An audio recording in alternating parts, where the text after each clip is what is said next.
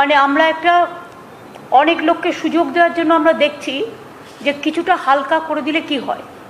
রাত্রির টাইমটা যেটা 9টা থেকে ভোর 5টা পর্যন্ত স্ট্রিক্টলি প্রহিবিটেড ছিল, সেটা প্রহিবিটেড থাকবে। তখন এমার্জেন্সি ছাড়া কোনো কাজ হবে না। বাট যেমন এবার আমরা বাস, সরকারি বাস, প্রাইভেট বাস এগুলো অ্যালাউ করে দিচ্ছি।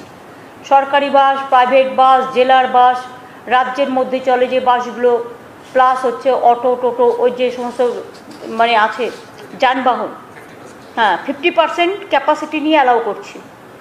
এবং vaccination of drivers and other staff, regular sanitization of vehicle and mandatory wearing of mask, এটা করা হচ্ছে বাই অল। এছাড়াও সেলুন এবং বিউটি পার্লার আজকালকার দিনে অনেকে ইউজ করে এবং অনেক ছেলেমেয়েরা চাকরি করে খায়, সেটাও অ্যালাউ হচ্ছে। ওপেন থাকবে 11টা থেকে 6টা, 50% seating capacity at a time, provided the employee, staff and customers have been vaccinated for COVID-19 and subject to regular sanitisation.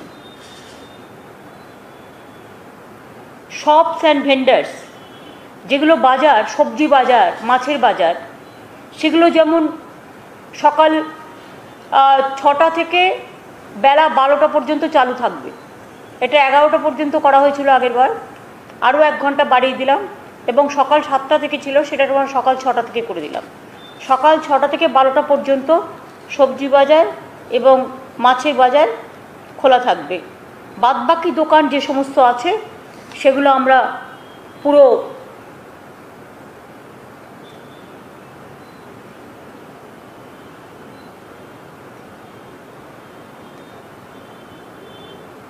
বাদবাকি সব দোকান আমরা 11টা থেকে 8টা পর্যন্ত করে দিয়েছি। 11টা থেকে 8টা সব দোকান খুলে দেওয়ার ব্যবস্থা করা হয়েছে। এইগুলো কনসিডার করা হয়েছে।